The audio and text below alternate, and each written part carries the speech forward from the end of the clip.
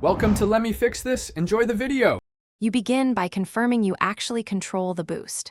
Log into the Discord account that purchased Nitro, verify payment and the boost count, and open server settings, then server boost.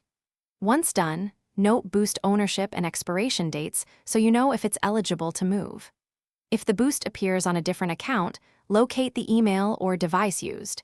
That detail determines the next step. Make sure you're using two-factor authentication to prevent further accidental transfers.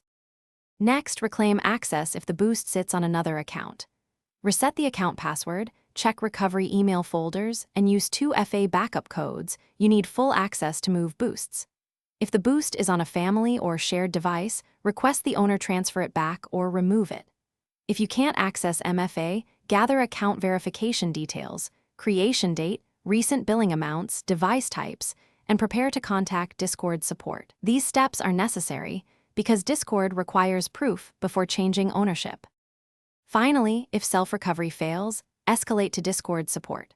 Open a ticket under Billing or Trust and Safety, attach transaction ID, receipts, and screenshots proving purchase and identity, and clearly request a boost transfer or account recovery. Once the support ticket is submitted, monitor replies and respond quickly to follow-ups.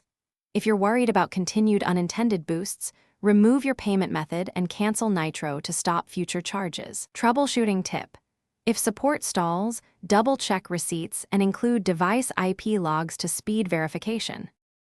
Thanks for watching. If you found this helpful, don't forget to like and subscribe.